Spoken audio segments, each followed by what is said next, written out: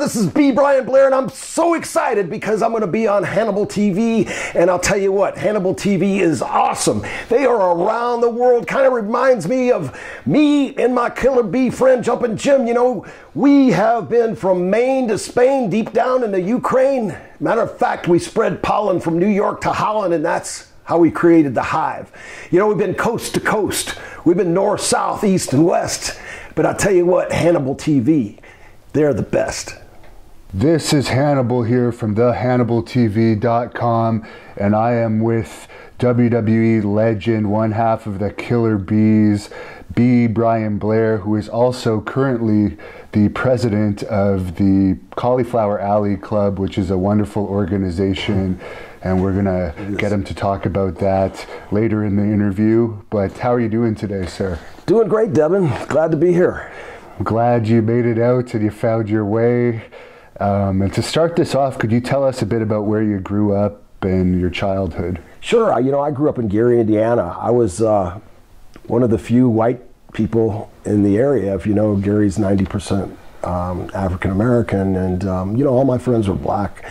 There was no color. I mean, Michael Jackson lived about half a mile from where we lived. I lived in Etna, which abuts Miller, and the Jacksons lived in Miller.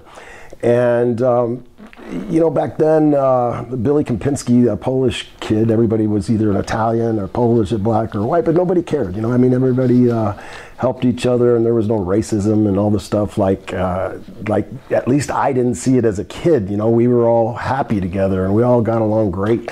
I wish it could be that way now. And you know, we went through the Martin Luther King deal, but it seems like people are perpetuating racism more. That's kind of sad. But Gary, Indiana is where I grew up.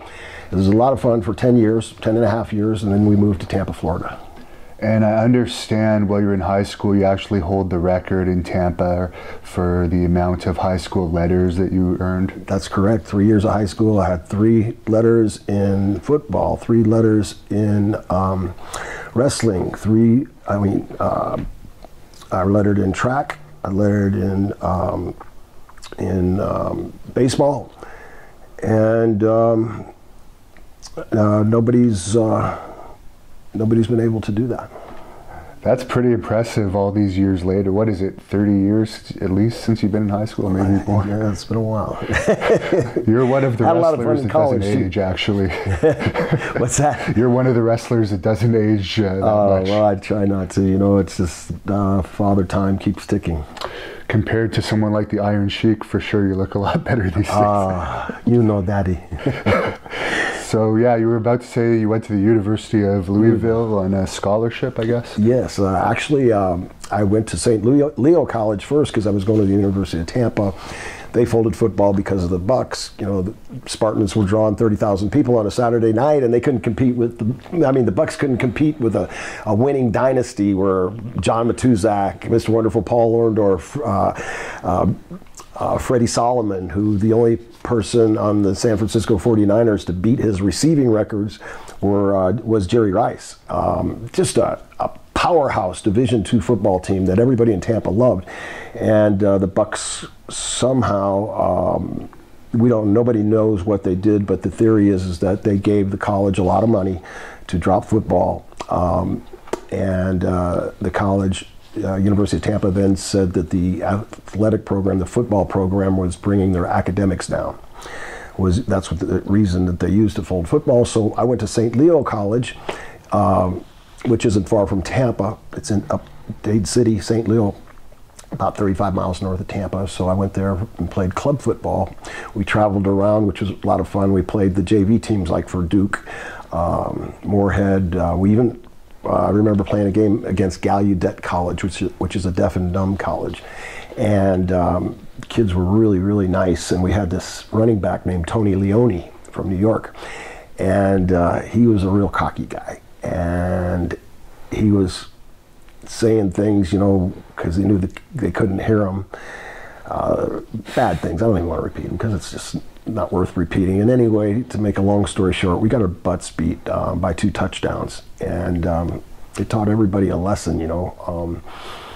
Everybody's wondering how are they going to hear the snap count and all that. And they have a drum on the side of the field. They have a big drum. If you've ever watched a deaf and football team play football. And I don't like to use that word dumb. But anyway, you know, you don't want, they'll hit the drum like 4 times and they're either going on 1 or 4. And so they have a little jump on you because they can hear those sound waves quickly. So they were quick off the ball and had a lot of heart. But we learned a lesson, you know, always be humble. And at what point did you start training for professional wrestling? I started training for professional wrestling, I think, when I first saw championship wrestling from Florida on WTOG when I was about 12 years old. It just motivated me to start lifting weights and doing push-ups and sit-ups and everything I could. And of course, when I was a kid, I went to Big People's Church for the first time, and the minister was talking about the power of prayer. Now here I am, a kid, I'm 11 years old, and he really convinces me that if you're a good, earnest person and you pray to the Lord, that God's going to answer your prayer. So I thought about that a lot. And I thought, well, do I want a Chevy Corvette or maybe a blue one or a red one? I couldn't think of what I wanted. $1 million, now they'll take it from me because I'm just a kid. So finally I thought, I know what I want to be. I want to be Superman. So I couldn't wait to get home and pray that night, and I prayed to be Superman, obviously, and I kept praying and praying and praying to be Superman. And I tell this story when I mentor kids a lot and when I speak at schools. And, you know, I did pray earnestly, and I didn't become Superman with an S on my chest, big cape, red cape, but I was able to be a professional wrestler, and I had a black and yellow tights for half my career and various colored tights, but I lived on television and ran the ropes like a speeding bullet and leapfrogged a man with a single bound and was able to take a body slam and have a 300-pound man jump on my chest and live to talk to the fans today. So be careful what you pray for. And definitely, you were definitely a high school sports Superman for sure to get that record. I understand you had Hulk Hogan's very first match. Yes, I did, in Chiefland, Florida. And, you know, in wrestling, everything's a rib. It's a joke. That's how you got by. It was the jokes that you got by. And so we're practicing at 106 North Albany Street in the Sportatorium, where we grew up with Hiro Matsuda and getting stretched every day. And, boy, we went through tough training camps. And I did for 3.5 summers. And the only 3 people that made it out of those summers were Hogan and Orndorff and myself. Everybody else, Danny Spivey left, Scott Hall, a lot of guys left, broke into other places or came back later. A couple, Lex Luger came in, and Hiro, he was a little disappointed, but then him and Hiro finally got along good, and he wound up breaking in Florida. But Ray Hernandez, a lot of good, solid wrestlers broke in Tampa. But what question was I going to? The famous, I guess you should say, match with Hogan, his very first match. So Hogan and I are booked in a 15-minute time limit draw. They tell us what the finish is about 3 days ahead of time. So we go into the ring and we're practicing, got our stuff down pretty good. So I ride with the Briscoes, and kayfabe was big time then. And I believe that Hogan rode with Pat Patterson and Ivan Koloff and a couple other of the heels. So we get out in the ring and pretty excited, a little nervous, pretty excited. I had been working for about 6 weeks, so I'm still green. And of course it's Terry's first match, and we go out and everything's going great. 10 minutes go by. The people are really into it, actually. And I look and I have Terry in a rear chin lock with my arm grapevined around his arm, and I whisper, I said, look, Terry, everybody's out there watching us. And we look in both the locker rooms, the heels are out watching, the baby faces are out watching. He goes, yeah, we're having a heck of a match. Let's keep it going. So we get up and we do another high spot. We're waiting for the minutes to count down because it's a 15-minute match. So we heard the 10 minutes go by, and it seems like 3 minutes have gone by. And I said, Terry, we better kick it in. we're not going to be able to get the high spots in. So he does, you know, he had gotten the heat, little heat, boom, boom, slam me, miss something. I start to come back. We go into false finish, 1, 2, 1, 2, 1, 2, kick out, and we're just, our tongue's hanging out, and all of a sudden we hear 15 minutes gone, 15 minutes to go. So the guys had the announcer change the time limit to a 30-minute time limit match, and so we're stuck out there with our tongues hanging out, and that had to have been the worst match I've ever had. Wow. What was he like in those days? Oh, Terry was great. I love being around Terry. We had so much fun together over the years, and he's really a good guy, despite what you hear about him. The guy's, when you're his friend, and he's been good, always been good to me, and I've always been good to him, and he was just a fun guy. He was played in a band called Ruckus, and he was a big suntan blonde guy that was just like a real freak. And I used to sneak into the bars when I was 17. You had to be 18. I'd sneak in and watch Terry play, and I mean, guy was great.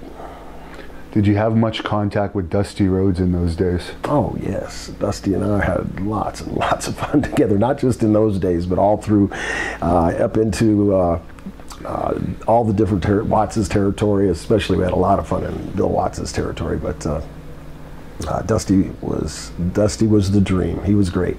Love Dusty. And I hear there's like an Andre Dusty story that you might have. Oh, I've got several Andre Dusty stories. One of the first stories that nobody's heard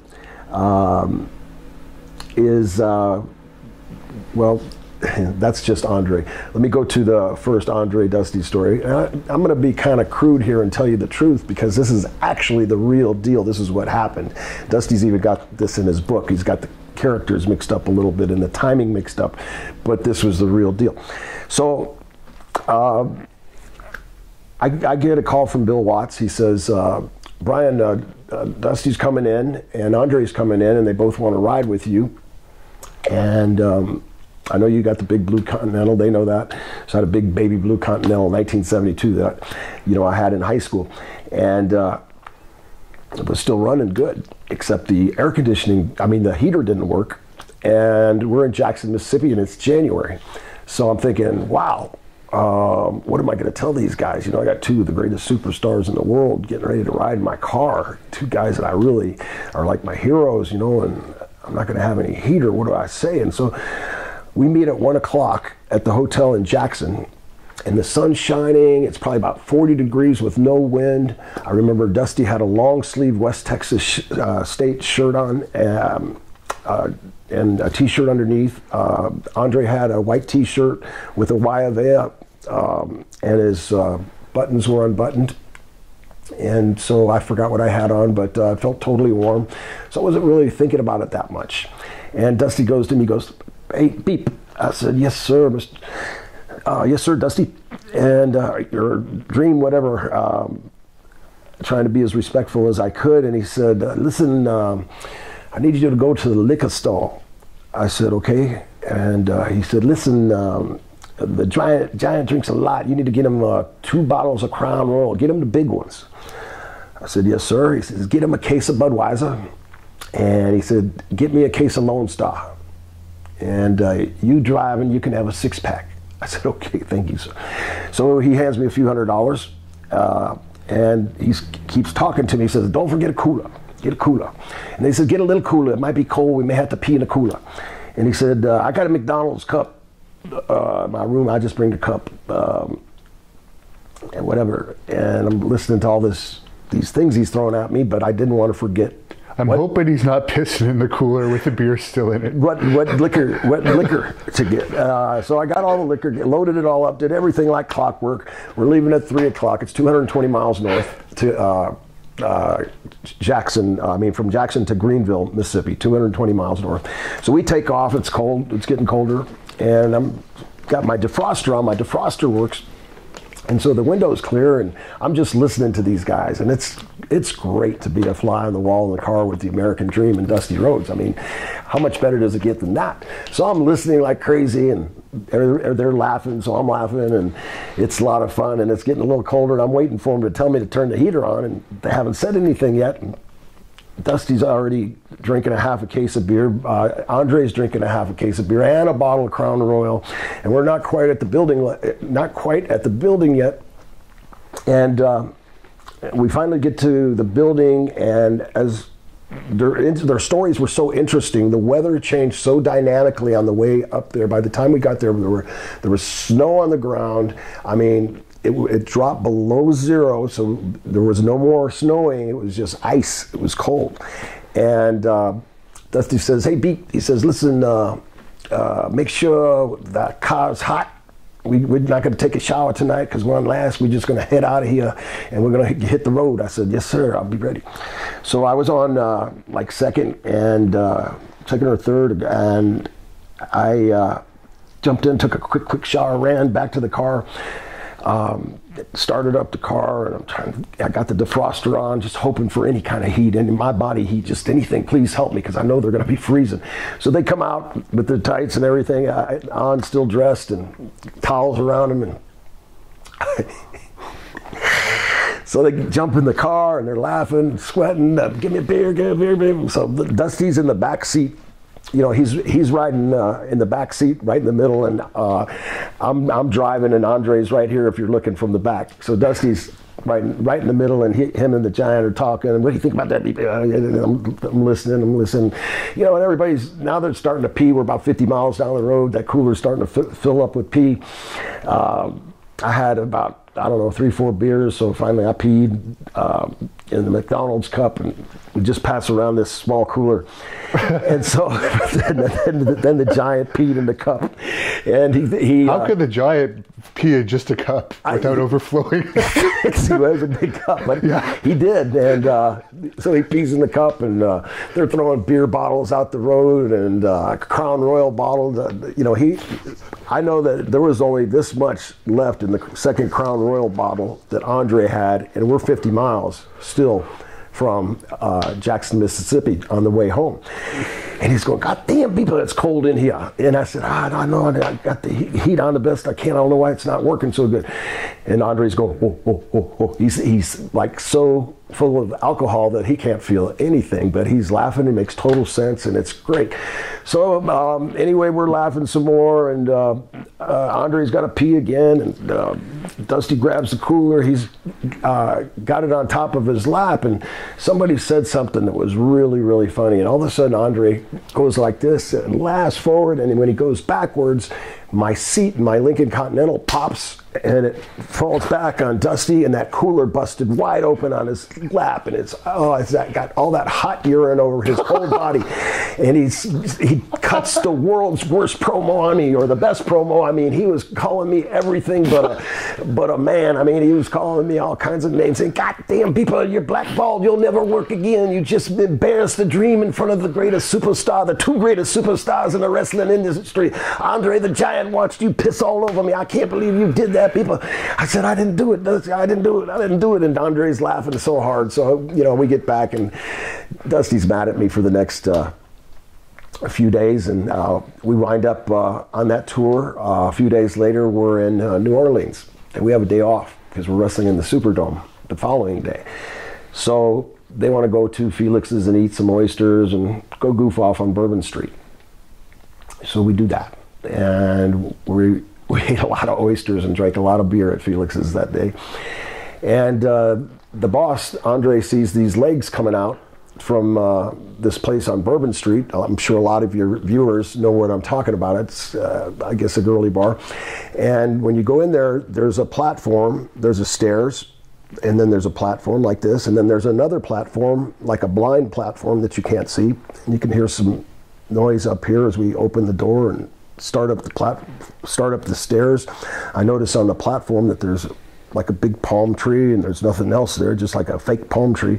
And just as kind of following the Giant, and I'm in the back, Dusty's right behind the Giant, and the Giant gets up to the platform. He's waiting on Dusty. Dusty gets there. I get there. The Giant's getting ready to take a step to go up the next stairs, and all of a sudden the lights go out. It's completely black. I mean, it is so dark you could not see anything at all. Nothing. And anyway, it's dark and time keeps going by, and I'm going, gosh darn, and he's going, hold on to your poke. So, he's telling him, he thinks we're going to get robbed or something. So apparently there was an electrical outage or something, but while I'm on that platform, I'm thinking, gosh darn, man, I can't hold it anymore. I got to pee, and I grab that palm tree and I turn around, and so I pee in the palm tree. Figure nobody's going to know what the heck. The lights went out. I didn't want to pee in my pants. So maybe as soon as I was done, maybe 1 second after I'm done, the lights pop on, and I hear the Giants going, shit, damn, what happened? The Dream's going, damn, what is it? And Andre and I looked down, and he's got his jeans on and his rolled up cowboy shirt and his cowboy hat and everything, and cowboy boots inside of his jean. Well, his whole leg's completely wet, and what I thought was the palm tree was Dusty Rhodes' leg.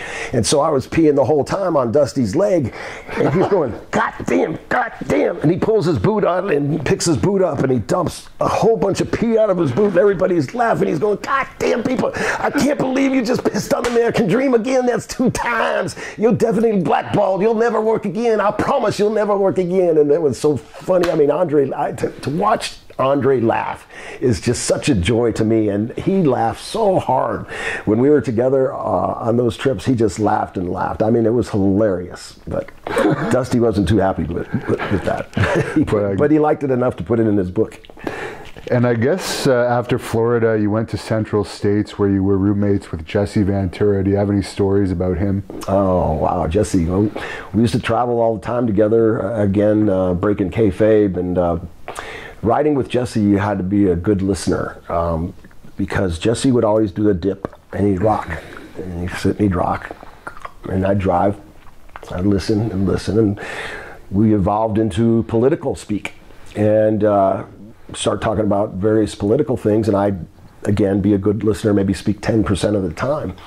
And Jesse had what I thought were some kind of radical ideas about politics then, but he became the governor, as you know, and it was a lot of fun. But my favorite story was with Jesse, since they always pushed the old guys in Kansas City area, they gave Jesse and I a break, and Jesse was just a heck of a talker. He really was. And here we are, 2 young guys, and he could talk the talk. And I was learning how to work finally and catch it on. I had been the Central States Tag Team title holder with Bulldog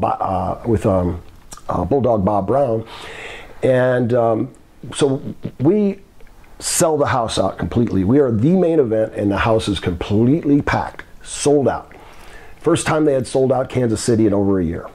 So Harley Race's there, Bob Geigel's there, Pat O'Connor's there, and they're all thrilled. I mean, they're absolutely elated that, because they're the partners in the promotion. So they're elated, and we're waiting, and they never give us a finish.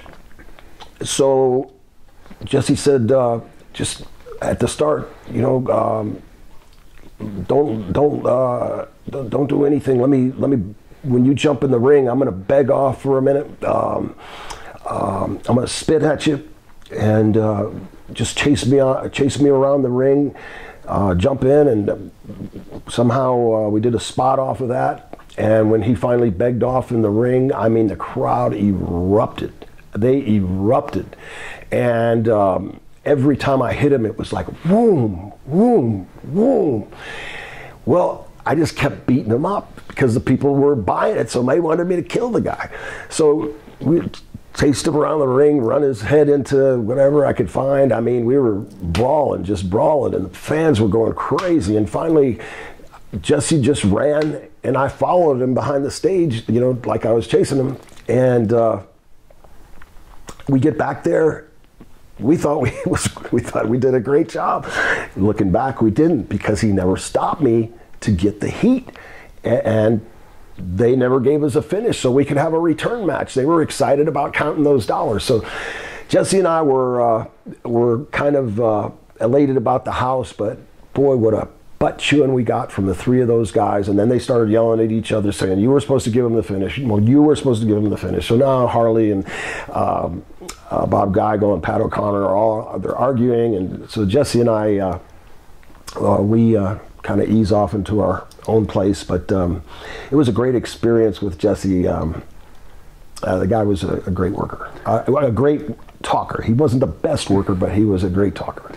Did you ever get to see Harley in action over the years outside the ring in one of his barroom altercations? Or? Yeah, I saw him knock a guy out in the Imperial Room Lounge in Tampa when I was still training. I hadn't even they hadn't even smartened me up yet. I was still being stretched and all that stuff, and he hit this guy one time and KO'd him, just knocked him out. I don't know what it was about. I just saw Harley hit him, and the guy went down. Boom. Tough guy. He just had incredible hand strength, I guess. Yes, he had a punch like no tomorrow. And when you were working for Leroy McGurk, some point there, I guess you became lovers with Mike McGurk, who a lot of people remember as the ring announcer for WWE. Absolutely. And you were married eventually. Yeah. Yeah, we were married for a year. We got married too young. She was very jealous. You know, we're still friends. You know, I like Mike. She's a wonderful woman, and you know, it was just kind of getting married too young. And as a matter of fact, I remember the night I was leaving. We had gotten a divorce, and I was going to the Von Erichs that night. But I wanted to say goodbye to Mike, you know, because she had been my wife for a year, and it's difficult, you know, no matter what, no matter how heated things get. If you really love somebody or love somebody, and then all of a sudden you're separating or you're getting a divorce because of irreconcilable differences, you know, it's tough. You know, I had been letting Doug Summers, who I was working against at the time, ride in my car, and Mike would come with us once in a while because she collected tickets for her dad and her mom, who owned the promotion, and found out later that he was having an affair with my wife, and you know, that was very hurtful. So one night in Tulsa, it came to the point where I saw him go into Leroy's office, so I came into Leroy's office, and obviously I was peed, very peed, and one thing led to another, and we got into it, fisticuffs, boom, boom, boom. I beat him to within an inch of his life, as a matter of fact, and in the process, I threw him into the walls, not thinking, you know, again, young and dumb. Threw him into Leroy's walls with all these old-time pictures and stuff, and even though Leroy was blind, you know, he was, when he found out about this, he was really, really perturbed. And I didn't know about all this until later when I go to see Mike, after I got in the altercation with Doug. And so I knock on the door, and Leroy comes to the door, and he says, "Who is it?" And I said, it's Brian. I just wanted to say goodbye to Mike." He said, "You bastard, you tore my house." And so when he said that, I just went back to the car. He started doing a promo on me, and I went back to the car. The only thing I have after putting $100,000 down a house, and the only thing I wind up leaving with is my car, one of our Great Danes, because we raised some Great Danes, and my boat, and my clothes, and $500. That's all I had. And excited about getting to the Von Erichs, but thinking about it, I said, I got to say goodbye to Mike one more time. So I knock on the door again. This time, the door opens, and as the door opens, Leroy has a gun pointed right where I'm standing, but the door's not quite open. The second door's not open, the screen door. So now he's opening up the screen door, so there's like an inlet, you know, like an inlet to the door, and so I jump around the corner because it's a brick house, and I figure I'd be safe behind these bricks and he's not going to see me, and bam, that gun goes off. I mean, he wanted to shoot me. He was that mad, and he just misses. I could see where the bullet hits right in the ground in front of his Lincoln Continental that he parked right in front of the doorway so he could get to it real easy. And I run back to the car shaking like crazy, you know, I almost got killed. And so I said, dang, what am I going to do? So I go around to the back door to peek in to see if I could maybe signal to Mike or something to say hello. And I look, and there's like a mummy on the couch. you can't see who it is. It's a mummy. And I see Michael Kathleen giving soup, and it's Doug Summers, who by that time had gotten out of the hospital and was all wrapped up, bandaged up, and she's feeding him soup, and it just broke my heart. I mean, I just cried, Devin, for so long. Like, it seemed like I cried all the way to Dallas, Lake Dallas. But when I got there, David Von Erich had a surprise waiting on me, and it was a great surprise. So what an adventure living with the Von Erichs for a year and a half. And that's a good segue into that. I was going to ask you about that next, actually, because of course everybody knows about the reputation of the Von Erich boys. Yeah, we were all kind of bad boys. Of course, I got more corrupted there, I guess. It's like my whole life of straightness was kind of succumbing to this party stage in life, and I just had, Fritz and Doris were like family to me. And this is a great story, and when I see Kevin in Hawaii, I'll see him again this summer. He's got a beautiful place in Kauai. It's absolutely beautiful. 31 acres, 10 acres of wetland right across from the beach, and it has everything on it. It's just absolutely breathtaking. And his wife Pam, his two sons, Marshall and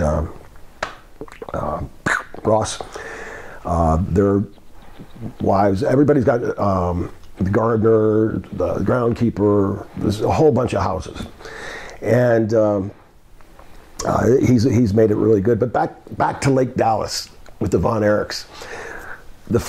After this great night of David finds this pretty good-looking girl, and she meets me at the door and just grabs me and kisses me, and so that was a surprise. I'll leave it there. And so that night, we finally go to sleep. The next morning, I hear, baby, get up. I said, what? I see David in his robe, in his underwear, and he's got a big Magnum, like a dirty, hairy gun, and he's running across the door, and he sees a cat. Bam, bam, bam. So, I don't like him. I didn't want him to shoot the cat because I hate cats. Comes back and he says, I hate cats. And that's how my first day at the Von Erichs was.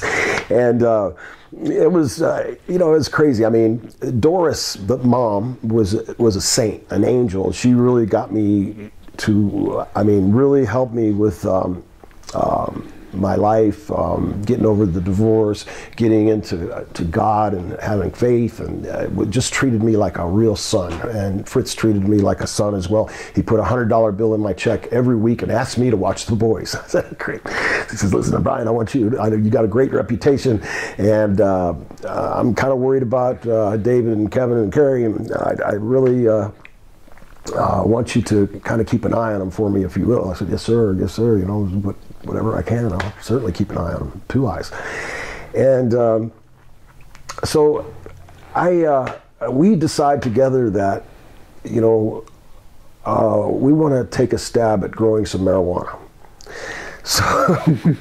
So we clear out this patch. You got to understand, they're on like hundreds and hundreds of acres, and there's Kevin's house, and then Terry's house, and then David's house, and then the big house where Chris and Mike were still at. And so anyway, they're far away, pretty far, you could ride the horse there. And I get the bush hog and till up the soil, and we all get together. 4 of us are working on this marijuana field, and we have no clue really what we're doing. We're reading out of a book. So, because I forget one of the, I can't remember if it was Al Madrill or who it was. They were talking about pounds of pot in the locker room or something, how much the pounds of pot were. And so one of the boys get this get rich quick scheme, and so I'm all in. And I've been reading this book on, I used to do a lot of gardening and stuff with my grandfather in Arkansas, a lot of farming, and we'd always go in the garden. So I knew a little bit about growing things, and before we know it, we have these pot plants, and which is called a sativa. There's an indigo and a sativa pot plant, and we had the sativa pot plants, which can get to be 12, 14 feet high. Well, they're about at least 8, 9 feet tall.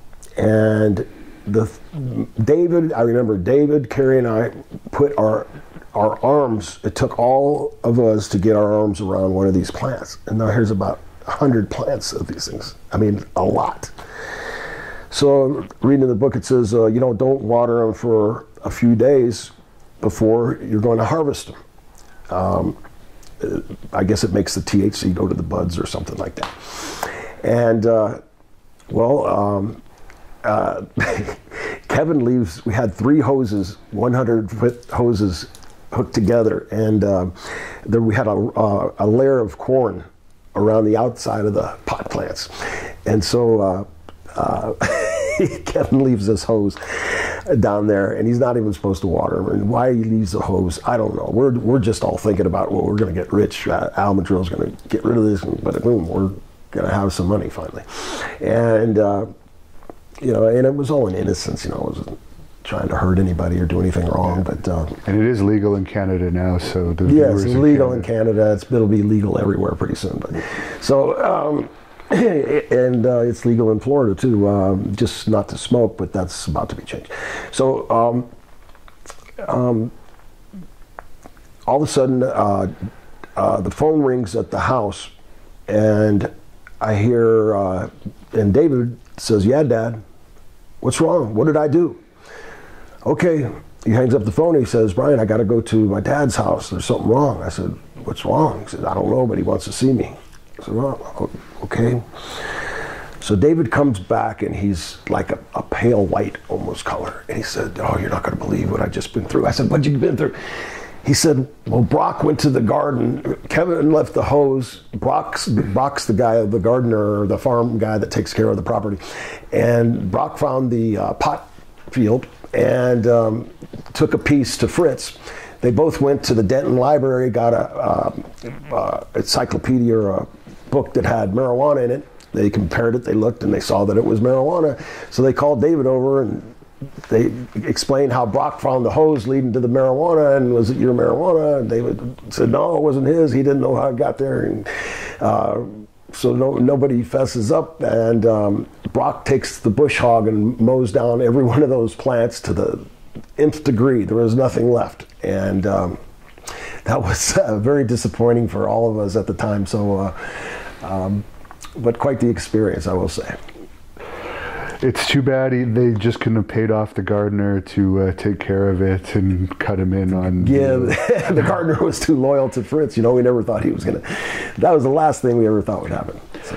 And a few years ago, I covered when you gave an award to Haku at one of your Legends of Wrestling lunches in Tampa. Yeah, he did a great job too. Do you have any stories of him in action? Because I know you're pretty good friends with him. Yeah, we're very good friends. Well, I was in a bar one night in Virginia when, I think it was West Virginia, when some people were messing with Haku on the other side of the bar. Now he's a heel and we're baby faces, so we're still kayfabing. And a fight breaks out, and I see bodies flying everywhere. Boom, boom, man, and Haku in action was unbelievable. I tell you, the greatest fight that I could ever imagine in those golden days would have been Mr. Wonderful Paul Orndorff, who I watched annihilate Tony Atlas, bit his ear off. Tony gave us a different version of that story than your version, so I'll ask you about that after. I was there. I know the version. You asked Tommy Rich the version. He was there too. But anyway, they went together like two bulls. I'll just tell you right now, they went together. Well, no, it's a better story if I tell it. So where was I at? You were talking about Haku. If Haku were to fight, yeah, if Haku fought Orndorff, that would have been a tremendous fight, because Paul was. I never saw Paul lose a fight, and I saw him beat up a lot of people. He beat up Van Vader. I wasn't there, but he beat up Van Vader. And I was in helping Rock with his first match in Nassau, in the Bahamas. And Rocky was there. Rocky who was always at Legends Lunch. I just talked about him. We interviewed Rocky that year, and he actually told us about that match in the Bahamas with his son. Yeah, they tagged together, and that was a very proud moment. But the two kids that were going to be in the handicap match with Leon, when Paul came in and said, Leon, you've got to get, Eric wants you in 2 minutes, he said, tell Eric he's going to have to wait, because he didn't have his boots even laced up yet. So Paul comes back in. I'm listening to these two kids that are sitting there trembling to death, knowing that they got to work with Big Van Vader and how he's notorious for taking guys' heads off. Oh, you were with WCW at the time? No. I was in an independent show with Hal Jeffrey, was a promoter, and we were in Nassau. But these two kids were working on the show because they floated around and went from territory to territory, basically jobber guys, and but good guys, and everybody plays an important role. I don't like the word enhancement talent or anything like that. They were wrestlers, and they're telling me the story, blow by blow, since they were right there. And so Paul comes back in and said, Eric said if you're not there in another minute, that you can pack your bags. He said, tell Eric to go F himself, blah, blah, blah. And one thing escalated into another. And according to these two eyewitnesses, Leon hit Paul, who just had flip-flops on, a tank top, almost the identical outfit he had when he was fighting Tony Atlas, per their description. And knocked him over some boxes. And when Leon went to jump on Paul from there, Paul left hooked him, which reminds me of Danny Spivey hitting which we will ask you about. Paul beat the crap out of him, according to not just these two guys, but many people who were there afterwards. And this is years later. So Paul Orndorff was a bad son of a gun. Yeah, and that was after his arm injury, too. That was after his arm injury, when Hogan hit him in the cap center in the chin. Now, what Atlas said to us was he was eating fried chicken in the back seat, and Paul was telling him he hated the smell of fried chicken, and that's how the argument started.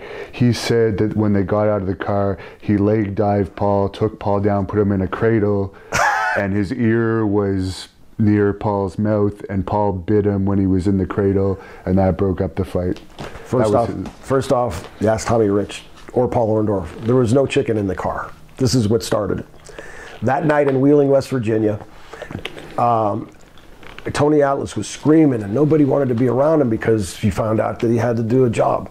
And he's slamming locker room doors. He's saying, nobody can kick my ass, but maybe Andre the Giant, and I doubt that could even happen. And he's slamming doors, locker room doors, and he says, no, I got to do a job for Dino Bravo. I can't lace my boots up or whatever. And going on, and I don't know if it was Dino Bravo, but he had to do a job for whoever he says. And a couple of minutes later, it's kind of quiet, and I go around, and I was going to say something to Tony, because I like Tony. And I look, and he's got 2 syringes, 3cc syringes, one in each ass cheek, just trying to like show off. So he's taking 6 cc's of 3 cc's of Deca and 3 cc's of Test. He also told us he only ever took 1 D-ball a day. Ah, gosh, what a lying dog. Oh gosh. Anyway, that's the truth. And so on the way back home from Wheeling, West Virginia, back to Atlanta, we're in the car, and Paul's behind in the back seat of this rent-a-car. Tommy Rich is behind me, I'm driving, and Tony's in the passenger seat. Well, Paul says, hey, Murdoch, can you move your seat up? You're crunching my legs. And there's another story where that comes from. And all of a sudden, Tony says, don't call me Murdoch, that redneck, blah, blah, blah, blah, blah. He went off on it. He said, don't you ever call me that, or I'll kick your ass. Paul said, you ain't going to kick my ass. He says, bullshit. Brian, you pull the car over, and let me show your boy who's the man. And all of a sudden, Tommy's going, guys, please don't fight. He's start almost ready to cry. I said, no, you guys just straighten it out, man. Just be cool, and let's get to Atlanta. I'm tired. And Paul says to me, Beep, if you don't pull over, I'm going to beat your ass. And I said, okay, I'll look and find a place. So I didn't want to fight Paul. So, and he wouldn't have fought me anyway. He's too good of a friend, but he was mad. And Atlas was mad. He was just mad the whole night. He was angry. There was no chicken in the car, none at all. Just that comment about Murdoch, it just hit Tony the wrong way. And because Murdoch was kind of a redneck, prejudiced guy, and everybody knew that. So, you know, Paul wasn't thinking when he said that, and he didn't mean anything bad by it. It was just that when we went into Louisiana, Paul and I, the first time, Killer Carl Cox and Dick Murdoch, whichever one was driving, would pull that bench seat. They were sharing a car. They had a bench seat, and like a big Buick, and they would push it all the way back for these 300-mile trips. And so Orndorff and I would have to sit knee to knee in the back seat. And since we were green, you know, what are we going to do with Murdoch and Carl Cox? You know, two big superstars, and you know, we respected our veterans and of the business. So that's where that came from, just so the audience knows. And then I see this bowling alley, and there's it says bowling, and I look to the right. There's like there's grass, there's asphalt, there's trailers without the semis on them, parked up by this looks like a basketball court. So I said, that looks like a good place. You guys could either fight on the grass or you can fight. And Tom's trying to interrupt me. No, don't encourage it. And he's going on and on. Tommy was the funniest thing about the whole thing. And so Tony walks all the way to the asphalt. This is at night, but it's lit, it's got lights. And we start walking, and Tommy's saying, no, guys, please don't fight, guys, please don't fight. All of a sudden, they converge on each other like two bulls. Paul winds up going behind him and belly to backs him, and they roll make about 2 turns on the concrete, and I can't see Paul's head, and I can't see Tony's head, and all of a sudden I hear, "Ah, you cheated, ah, you cheated." And Paul goes, and an ear, the whole bottom lobe of his ear, shoots off. Now Tommy Rich starts screaming, "Oh my God, it's an ear! Oh my God, he bit his ear off!" And he's crying, and he goes and he grabs, "It's his ear, it's his ear." So Tommy's crying. So Paul got off of him because Tony says, he said, "My ear's bit off. I quit. And you cheated, you son of a gun." I say, and they lipped off a little bit, but Tony didn't lip off to him that much. Paul was doing more of the lipping to him, and he asked me to hold his crucifix when he got out. He had a gold crucifix, and he gave it to me, and he had a white cut-off tank top and a red pair of University of Spartans football gym pants, and a pair of white tennis shoes and white socks. Very tan, I'll never forget. And when after Tommy Rich picked up that ear, he was literally bawling. I mean, crying hard. And we all get back in the car, and we take Tony to the hospital. Well, on the way there, Tony, "Man, we better get out again and do it." And Paul says, "Let's pull over, we'll do it again." "Oh, just take me to the hospital," he says. So we get him to the hospital. This is in the Atlanta territory. We take him to the hospital. They said he's got to stay overnight. So we went back to Atlanta. We left Tony there, and he never came back to the territory. The next time we saw each other was in New York. That's the gospel story. And you were starting to mention the Spivey Adonis story. He gave us a brief version. What's the witness version of what happened? Well, this is what happened. I was in the back talking to a bunch of the guys, and Spivey and Adonis are working, and I know that they had some friction in the past, and I wanted to get out and watch the match. Jimmy was already out there.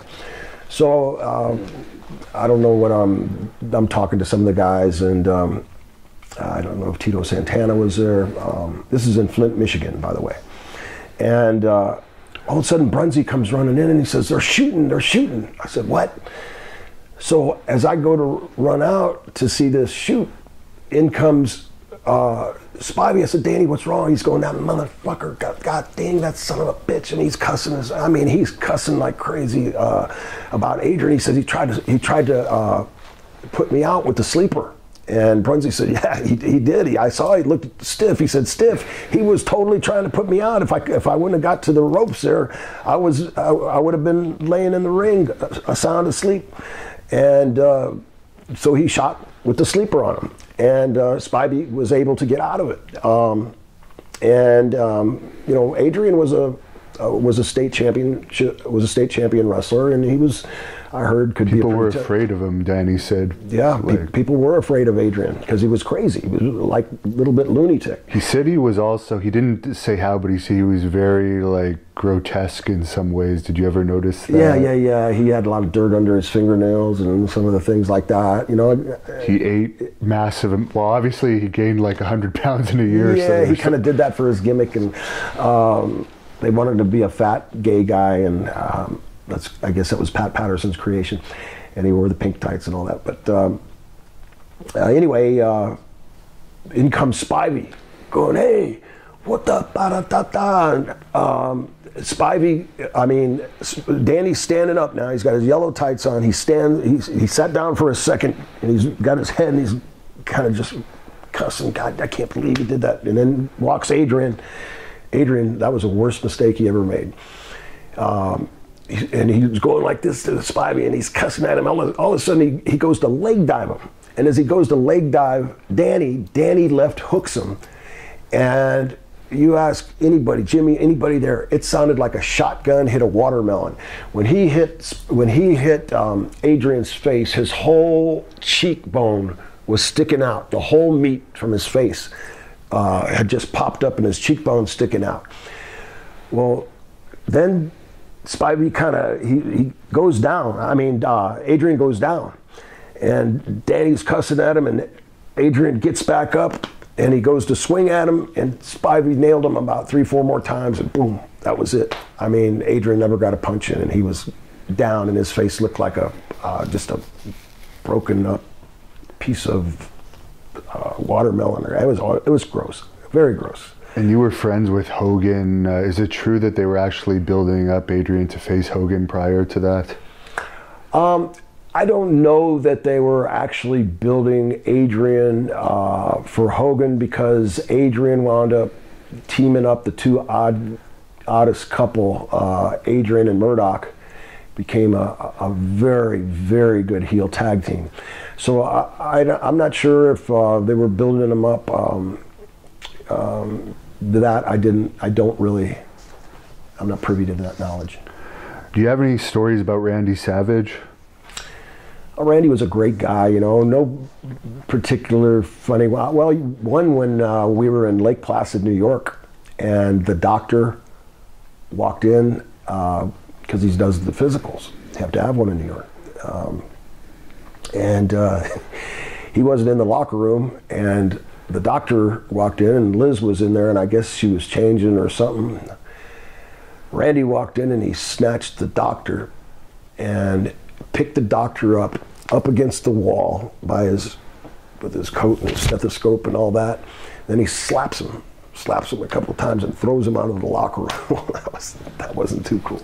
So Randy had a temper when he was around Liz a little bit, and he was very tight at the time. I remember when we were in Newark, New Jersey, and we had got there about 3 in the morning, and he refused to check into the hotel, so him and Liz stayed in the lobby to check in the next day at the right time. They just stayed in the lobby, and here we were all making a lot less money than Macho Man was, and we all bought a room. But and then Liz was getting there when they first came up to New York. He didn't have a coat, so Liz wanted to buy him a coat, but his birthday was it's in the wintertime, I guess, because he was waiting either for Christmas or his birthday for Liz to buy the coat, so he froze for 3 weeks before he let Liz buy him this coat. And so Randy was famous for being tight. He was also a great guy to work with, tremendous guy to work with. Every time we'd tie up, he'd say, "Okay, don't shoot with me, you know, that deep voice, don't shoot with me. I said, okay, because I like to wrestle a lot, you know, to start my matches. It says wrestling on the marquee, so I like to wrestle a little bit and then get into the things. So just the fact that Randy was a class act, one of the really best hearts in the business. If he liked you, Randy liked you. If he didn't like you, he didn't like you, and he would certainly let you know. He didn't pull any punches. And I understand you have a Koko B Ware story. Oh, yeah, a few. Everybody likes Andre, so we were in Bill Watts' territory, and Bill asked me to get a van for Andre, because for some reason Andre liked to hang around with me, and I loved him hanging around. I loved to hang around with him, and we always had a good time together. And so I got the van, and Andre was originally supposed to sit in the front seat, but he wanted to sit the way this van was. It had like a back. You remember those vans, like conversion vans, they called them? Yeah. They had the seats and everything in the back. So he sat in the back there with J.J. Dillon, Terry Garvin, and I don't know if there was anybody else. Koko was, yeah, I think it was just J.J., Terry, and the Giant in the back. Koko was in the front seat, and I'm driving. And we're heading back to Tulsa. I forget where we're coming from, and we're on the interstate. I'm driving along, and everybody's drinking. It's just the way it was, and everybody drank and drove. Even the driver. I was even having a few beers. I never drove drunk, thank God, but I still had some beers, which... It was part of being a wrestler in those days. You wouldn't be considered No, you cool, wouldn't be considered one of the boys if you didn't drink beer on the road. So you're right, Devin. And so all of a sudden I hear some whispering, blah, blah, blah, and Terry's bisexual. So Koko's laughing, and jamming, and got the radio on and having a good time. I always had fun with Koko. And if you talk to Koko, he could tell you the story. All of a sudden the boss says, "Koko." He says, "Yeah, boss." He said, "Come here, I want to tell you something." Right away, Koko turns around. "Yeah, boss." He goes, "Come here." So Koko bends over like this. "Yeah, boss." Andre snatches him in a front face lock. Got him right in the front face lock. He says, "Hey, boss, what are you doing?" "Hey, loosen up, boss, loosen up." I hear, "Loosen up, loosen up." Koko was saying, "Loosen up, loosen up." Well, he turns his ass backwards. Now I'm looking in the rearview mirror, and there's Terry Garvin with his pants down. And I could see in the rearview mirror, and JJ's laughing his ass off. And now Terry's cutting a promo on Koko, saying, "Oh man, I love that dark meat, and boy, I'm just gonna get some tonight." And the boss is going, "Ah, ha, ha, ha." He's just laughing, "Oh, ha, ha." And everybody's laughing. Now I don't think this is funny at all. Now, I'm driving, and I'm thinking, boy, I'm gonna get in trouble. Now all of a sudden I look, and Terry's got an erection, and he's slapping the back of Koko's. He's got his. I hear his pants go. And when I heard his pants go rip wide open, and Koko's screaming now for bloody murder, and I see him tapping his thing on the back of Koko's back. He's going, "Ah, I got it," and he's talking smack to him, really bad, nasty stuff. And I didn't know what to do, and I hit the brakes, and I to pull over, and I hear Koko go, "Ah!" And I don't know what happened. No idea what happened. And all of a sudden, I get the car over, and Koko jumps out of the car, and he starts running. And I said, "What the hell are you doing, Terry? God dang it, man, that's crazy. You can't rape somebody in a freaking car." He goes, "I didn't touch him. I didn't touch him. It was a joke." And JJ's laughing. He says, "Oh, settle down. It's okay. It's okay." And I didn't think it was funny at all. And the boss is laughing so hard. I'm not going to say nothing to the boss. But I said, I got to figure out a way to get Koko back in the car. Now he's got his pants ripped. He's on the interstate, and he's just been molested. I'm thinking, by a 240-pound hairy guy, and I'm thinking, oh gosh, with gosh, Andre what holding is going to happen? What is going to happen? And it took me almost an hour to get Koko back in the van. Wow. Finally, everybody had to come out and console him and tell him nothing was going to happen. And I don't blame Koko, for that, because that was kind of a drunken, dirty trick. But nonetheless, it happened. Now, I think we're definitely going to have a part 2 of this down the road, because you gave very detailed answers, and we still have a lot of questions.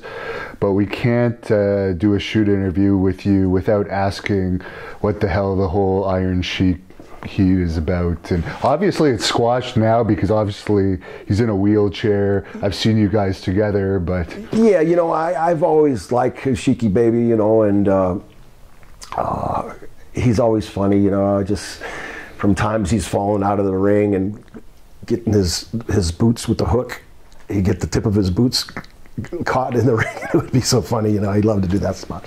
And the thing about Sheik and Volkov, just while we're on the subject, and I'll tell you, you know, they could get such great heat, and especially when Slick was their manager. I mean, they would get such great heat.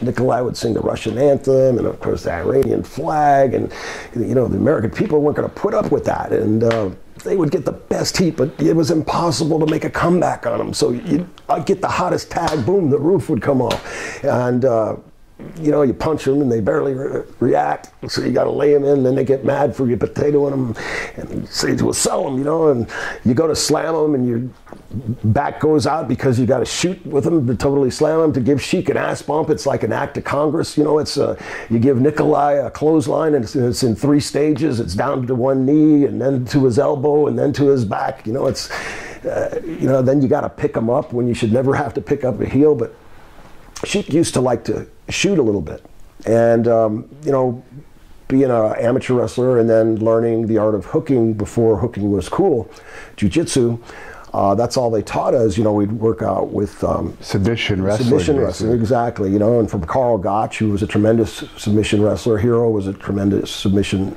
wrestler, Gordon Nelson, you know, all these guys, Jack Briscoe, Bob Backlund, all these guys would come down, and I work with them every day in submission.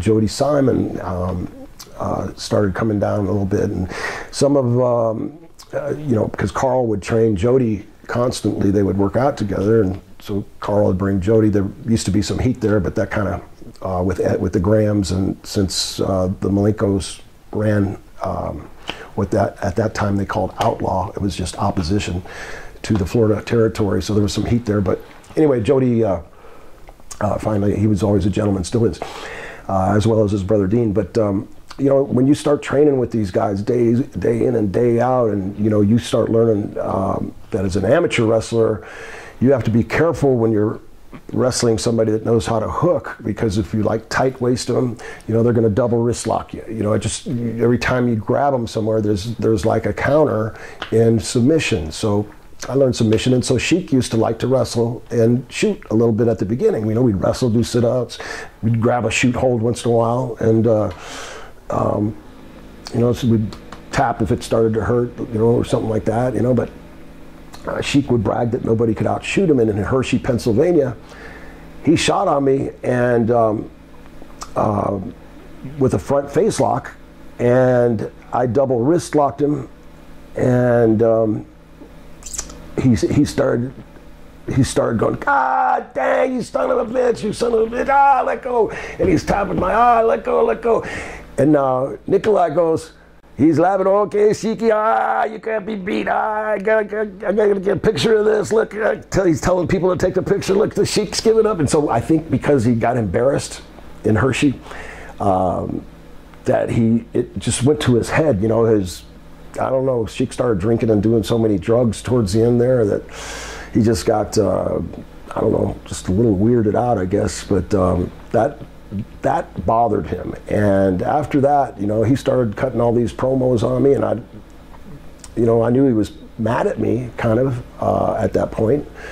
But I thought it was water under the bridge. And he just perpetuated it to, you go to the internet now and they've got all these cartoons with the Sheik and I, and it's funny, but that's what started the whole thing.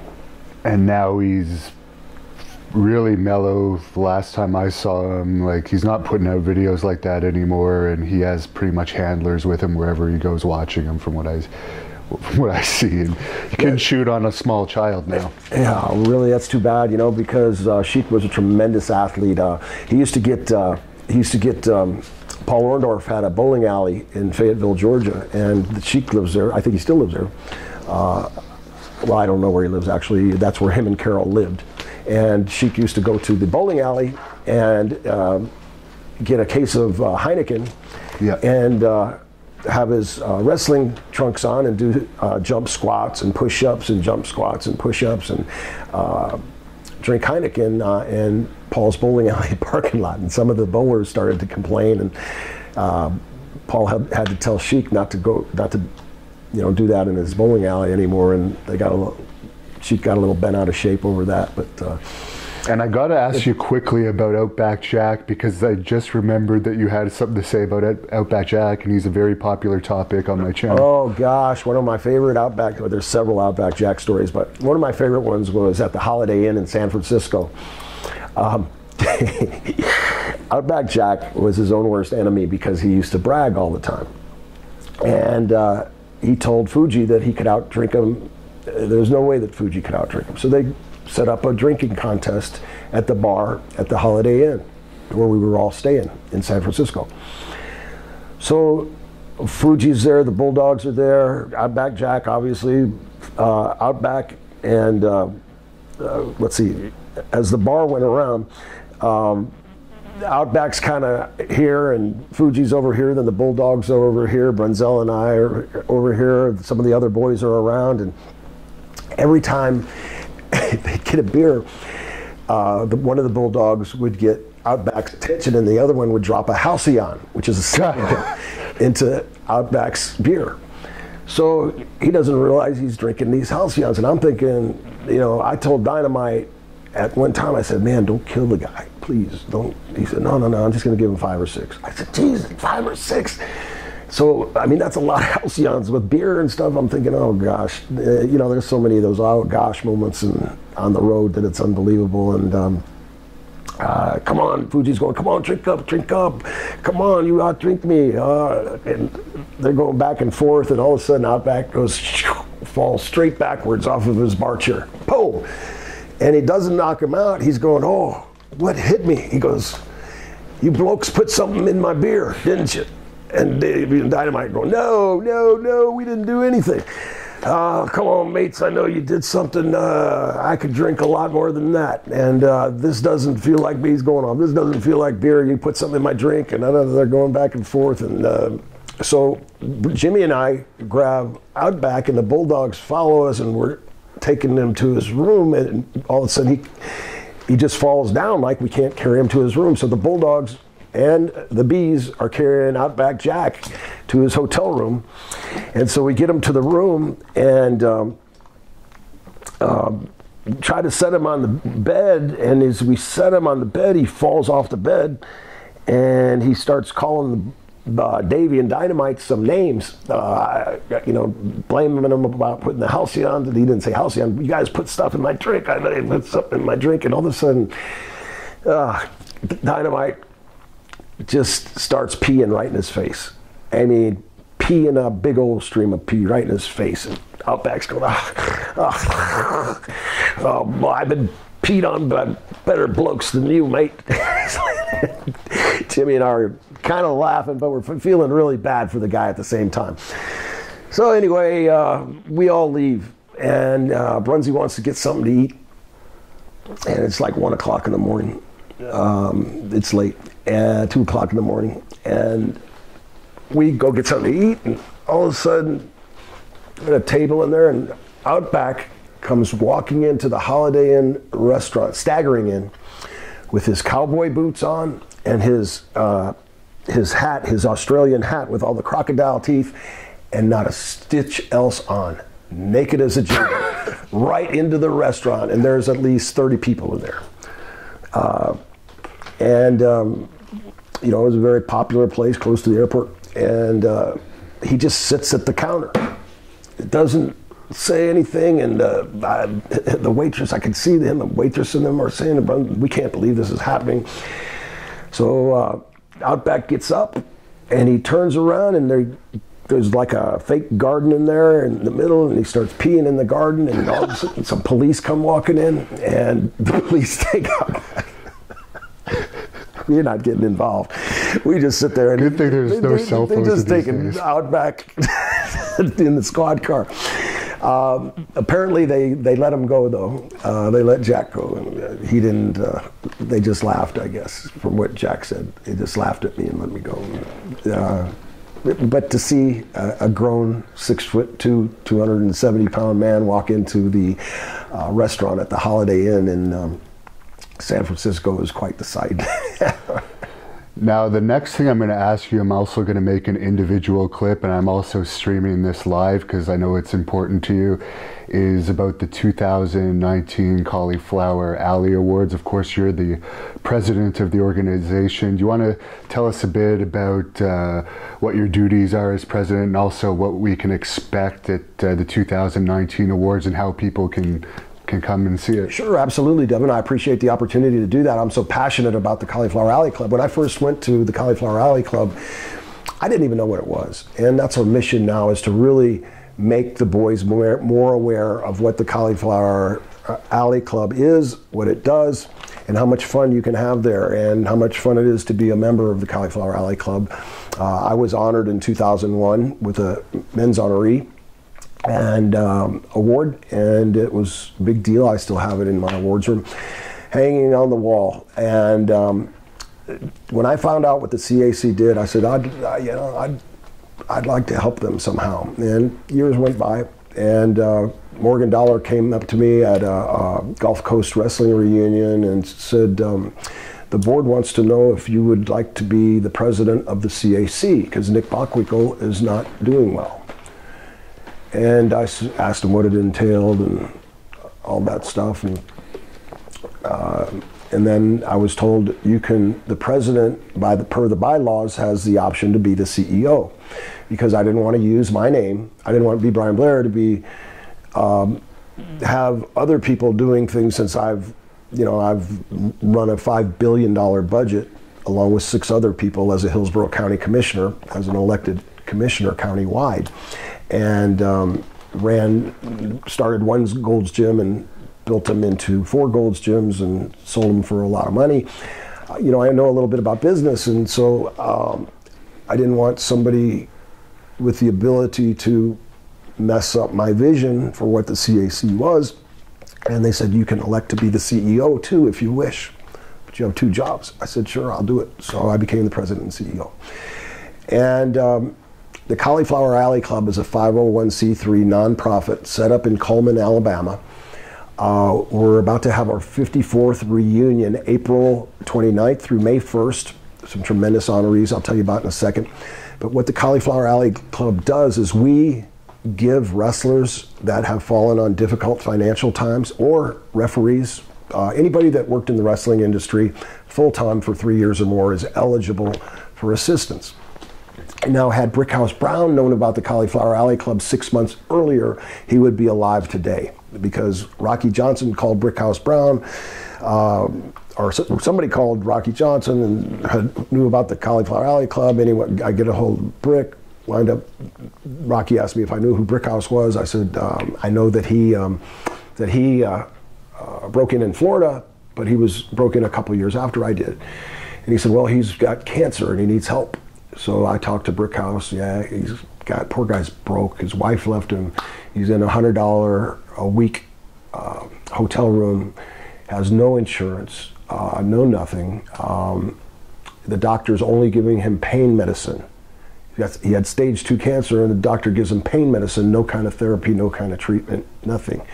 And Brick had no money, so months are going by before he gets a hold of the Cauliflower Alley Club. The Cauliflower Alley Club sends him to a doctor.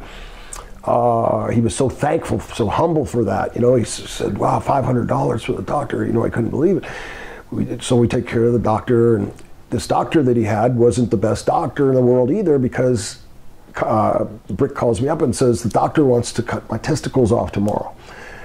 And I said, did you get a second opinion, Brick? Are you sure? He said, no, I didn't get a second opinion. He says, I don't have any more money. And I said, well, I asked Bruce Tharp to help out and some other guys. Everybody pooled together and did what we do best. And we found him another reputable doctor. He went to that doctor. He didn't have to get his testicles cut off, and thank God he didn't listen to that other doctor. But to make a long story short, we helped Brick out tremendously with a lot of things. He was very grateful. He finally got on disability, which took him like 8 months while he's got cancer, and got food and the things that he needed and a check coming in. So we help people when they're down in any kind of way, unless they have a drug problem. We don't assist people that have drug problems.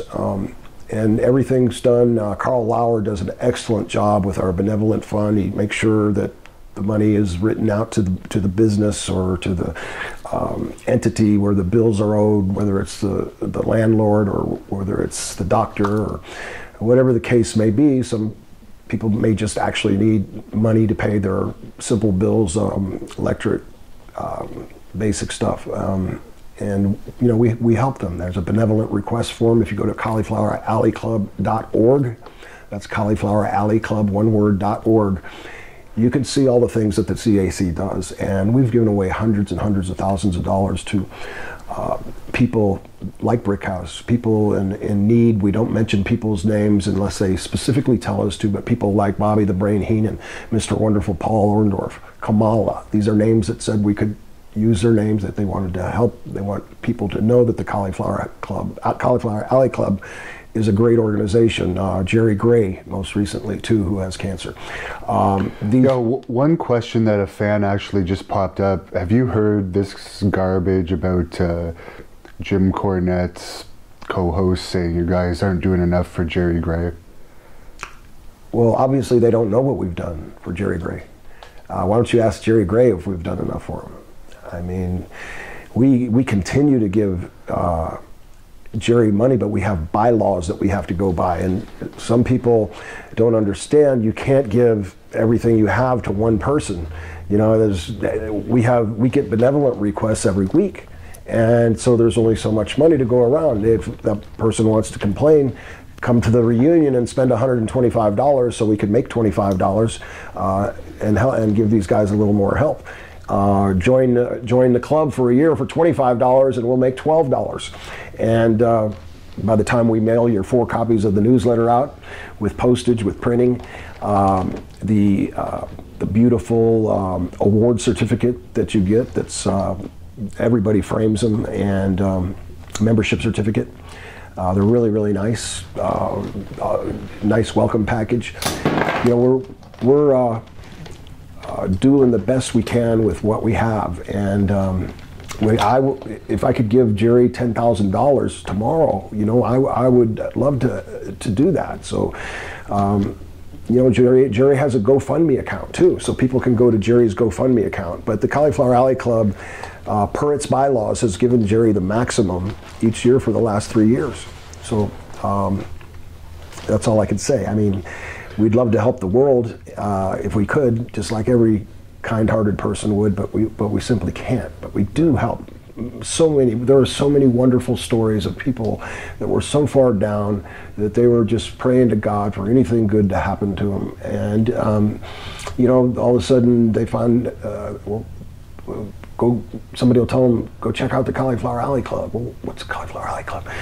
And when they find out what it is and what we do, people that come to our reunions, we have the greatest members in the whole world. It's like a fraternity of friends. I mean, these fan friends become close to the boys. You know, there'll be 250 of the guys there, and they have 2 wrestling shows the night before. And if you want to know what happened at last year's event, search Cauliflower Alley 2018 on the Hannibal TV. We covered the awards, and I think we had about 30 interviews while we were there, and it was a great time. So if you're a wrestling fan and you want to support these legends, a lot of them need our help, I highly suggest going to that. Yeah, please, and that's great, Devin, and we're glad you're going to be back in 2019, because we're going to be honoring a guy who's a 3-time world champion. Mark Henry will get the Iron Mike Award. He's been a world champion in 3 different sports. Dory Funk Jr., I mean, Dory Funk Jr. is a legend. I mean, he's still huge in Japan. They still bring him over to Japan. You know, he's over 70 years old, and they still bring him to Japan, and he jumps in the ring and snaps the rope or whatever. But in his prime, Dory was wonderful to work with. I worked with him lots and lots and lots of times, and he's taught me so much different stuff. The guy could go it. When he was 60 years old, the guy could just go like crazy. He's 65, and he'll be there accepting the Luthez Award. 2 of my favorite people, Barbarian and Haku, who were the Islanders and Faces of Fear, Islanders in WWF, WWE, and the Faces of Fear in WCW. They'll be receiving the Tag Team Award this year. Bambi, many of you may remember Bambi. She'll be receiving a Women's Wrestling Award. We have many other wonderful, wonderful people. If you go to caulifloweralleyclub.org, you can see the whole slate of honorees there. It's a fabulous slate. Dr. D, Dr. Death. I'll never forget when Dr. D slapped Stossel in the Madison Square Gardens. I was right there. That was a pretty interesting event, I should say. But when you come to the Cauliflower Alley Club, we don't allow mean people or disruptive people. You don't find those kind of people there. We have had to ask a few people not to come back or to leave. But that's in the past. People understand that we're just a group of people that get together to have a great time. We don't want anybody that's going to cause problems, get drunk, be nasty. I mean, you can do what you want as long as you behave. And Vegas has a lot of fun things to do. I think we stay at the Gold Coast Hotel. We have rooms for $43, plus there's a $12.50 surcharge that I negotiated down from $25, like all the other resorts are either $25 or $30, their resort fee. Gold Coast, we got down to $12.50 for our members, $43 rooms. With your reunion tickets, it's all encompassing. It's $125. It includes all these wonderful seminars that Ron Hutchison has put together. They have some tremendous seminars. Again, go to caulifloweralleyclub.org and you can see what the seminars are. We have bowling tournaments, cribbage tournaments. There is a small fee to enter those, 10 or 15 bucks, I think it is. Bob Orton Jr. finally won last year after 3 times, and he'll be back to defend his cribbage tournament championship, which is a big deal to those that play cribbage. Somebody's trying to dethrone Fred Yerke, who's won the bowling tournament the last couple of years. And we have, the members are so innovative. They invented a strut contest, and they go to a bar, one of the bars inside of the hotel, and the people are like maybe spread out for 100 feet. And there's a gap. There's probably 250 people there, and people strut, you know, just like the strutters, like Ric Flair and Jerry Jarrett, different people. Yeah, so they have a strut off, and then the younger wrestlers started this thing called a chop contest. So it's who can take the most chops. So that's entertaining too. Even though the Cauliflower Alley Club doesn't sponsor it, these guys get out and whoever can chop the meat the most. And I saw these guys about 3 years ago. I saw these 2 guys with their shirts off walking through the hotel. One guy had blood coming all from his chest. And I mean, they were really proud of this. I mean, these guys' chests were so welted up. It was unbelievable. So there's so many interesting things to do there. I mean, there's, you know, tons of restaurants, and Vegas is wide open all night for $125. That includes your whole reunion, plus 2 awesome meals for the honorees nights. We'll have honorees nights on Tuesday and honorees nights on Wednesday. You come watch your favorite, some of your favorite wrestlers of the past, sometimes many that are still active. Lots of the WWE guys come. WWE gets a few tables, and they bring a whole bunch of guys, Sergeant Slaughter and Ricky Steamboat and bunches of guys, or Pat Patterson. RVD even came by last year. RVD was there last year. Yeah, he was a blast. Godfather. Had a lot of fun with Shawn Michaels. You know, I got to work around Shawn for a long time. Great worker, and. You know, you'll just have a good time. So go to caulifloweralleyclub.org, check it out. We sell out every year, so I highly recommend that you book your plane ticket. While it's early, it's always cheaper to book your plane ticket the further out. And make your room reservation. You go to the Gold Coast Hotel. Everything's on the website again at caulifloweralleyclub.org, and there'll be a thing called the pass key, and you just have to put one night's room deposit on your credit card. The rooms are available from Saturday to Saturday. So our event is Monday, Tuesday, Wednesday. So if you want to come earlier, if you want to stay late, you still get those great room rates. And we're wide open to anybody that wants to come, as long as you're a nice person. You're gonna have a good time, I promise. There's a nice pool and jacuzzi at the hotel too. I made use of a lot last year. And I wasn't gonna ask you any fan questions, but there's a million people on here asking why you never turned on Brunzell and became a heel. We always have to listen to what the hierarchies say, and they did. At one time in Philadelphia, Brunzy and I were going to turn heel as a tag team, but Vince and George Scott had promised us the belts 3 times, and each time, year go by, 6 months would go by. When are we going to get the belts? And it'd be the same answer. Well, you're going to get them soon, but you're making a lot of money right now. Everybody's making money, and there's more money in the chase. George Scott's favorite line: "There's more money in the chase than there is in the kill." That was the line. There's more money in the chase than there is in the kill. When the babyface is chasing the heel for the belt, you're going to draw more money because the fans know you can beat them. They've seen you beat them, and so it all makes perfect sense. But at some time, the fans are going to stop supporting you if you don't win the belts. And Jimmy wanted to still stay, and I'm at WrestleMania 5, and I had given my notice a week earlier in Salisbury, and Vince paid me. I didn't work, but Vince was always great to me, and good guy. But we did WrestleMania 2, WrestleMania 3, WrestleMania 4 together, the first Royal Rumble together, won the first Survivor Series together, went on the first overseas tour to Australia, the first overseas tour to Europe, Milan, Italy. Oh my gosh, what a blast. Just so many wonderful things. But even after WWE, we were going from India to just all over the world, because the tapes were like on a 2-year, they were like 2 years behind. So we were like fresh meat for the next 2 years, every place we went. And so we were going places, drawing money. I went to Aruba, Bonaire, and Curacao.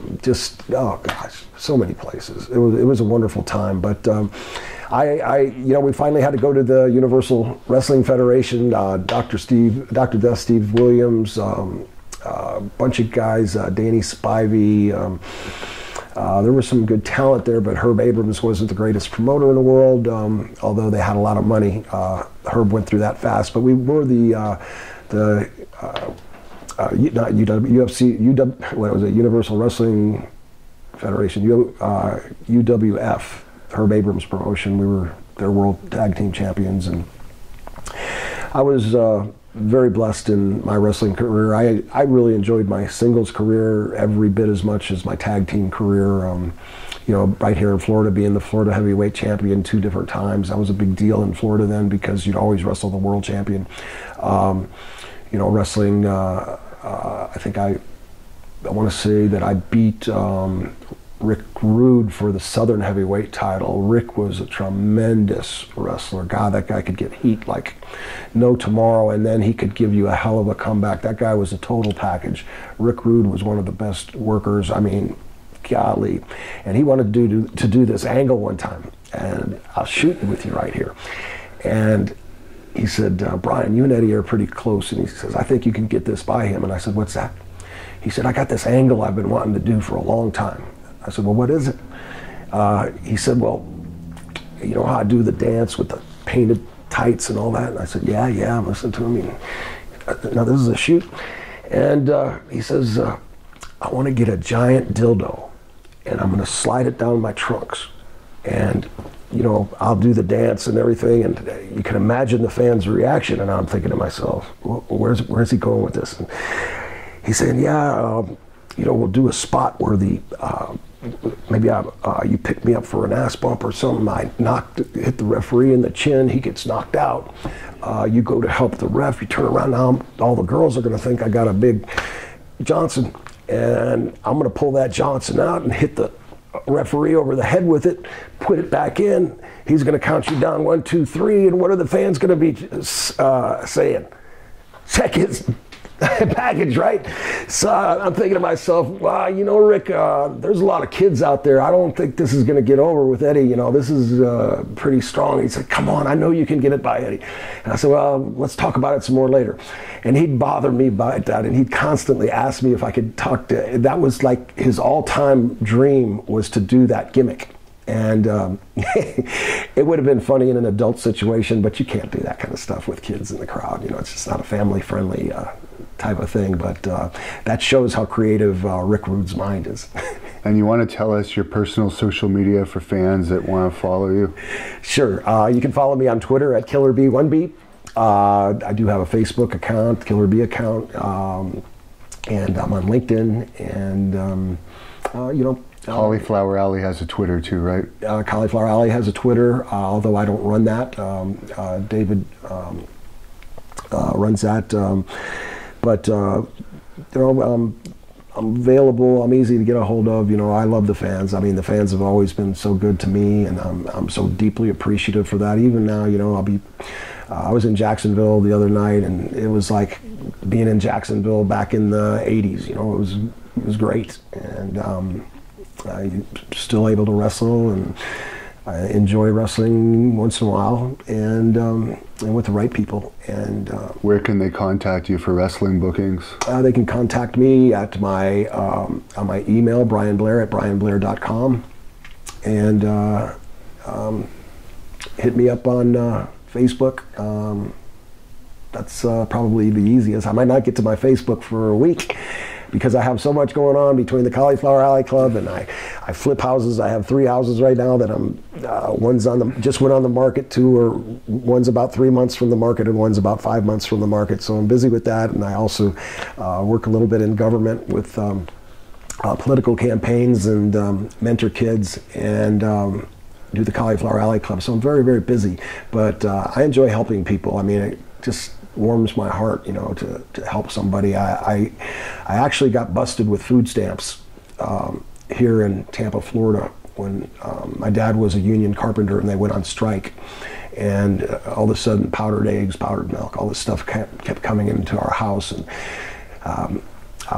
we had just got to Florida. I was like 11 and a half years old, and 12 years old. I was in 5th grade. How old are you in 5th grade? That's how old I was. So then these 6th graders came to this store. Philip Epperson, I remember he was a sheriff in Hillsborough County. That's where Tampa is. And he was in 6th grade, and there was 2 other guys, and they were like real rednecks. They'd want to beat you up for anything. And you know, I was just a little pudgy guy, not real tough then. They started calling me really bad names, and when I went to my mom would drop me off to school and kiss me, and fortunately my mom's still with me, and she lives in my guest house, and I love my mom so much, but she laughs about this a lot, because I'd say, Mom, you got to drop me off. You can't kiss me in front of my friends. So she'd drop me off like 100, 200 yards before the school and give me a kiss, and I'd pretend like I walked to school, and I walk up that next day after this food stamp event, and I see this green spray paint, and these people all converged at the front of Egypt Lake Elementary School, and I looked, and they said, there he is, there's Blair. Oh, look, there's Blair. And they're all whispering, Blair, Blair. And the nastiest words about anybody that I could think about were written in spray paint, and green spray paint on Egypt Lake Elementary School. So I ran home crying, and I didn't ever want to go back to school, and never. And Mr. Agliano, who taught both 5th and 6th grade, reassured me that those guys would never mess with me. And so I finally came back to school, and realized that if you put your heart into something, and if you really want to succeed, capitalism and the American way, there's opportunity for everybody. And I started, I had lots of different jobs, a lot of sales jobs, sold cookware and stuff to China, and cookware to single working girls, got out my yearbook and hustle. So I was always, bartended, did things, worked at Kmart as a shoe salesman, did a lot of things that, you just keep working and you finally find a goal, and you reach that short-term goal and you make a new goal. And ultimately, then I wanted to be a professional wrestler, and lo and behold, I was very blessed, and I've had a wonderful career with the business, and I thank everybody, whether you booed me, cheered me, talked bad about me, talked good about me, I just thank you for being there.